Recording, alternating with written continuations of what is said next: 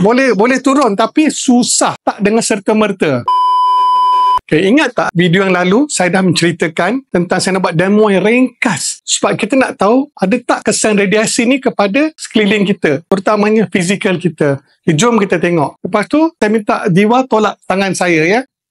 Okay. Oh, nampak kuat kan? Walaupun boleh tolak tapi masih kuat sebab saya tak pegang apa-apa gadget. Okay, sekarang tengok saya pegang gadget ya. Tengok telefon ni, saya tak nak bagi tahu produk apa. Saya bukan promote produk phone. Kat tangan kanan saya pegang phone dan saya buat balik demo yang sama. Okay, sekarang 1, 2, 3. Ui!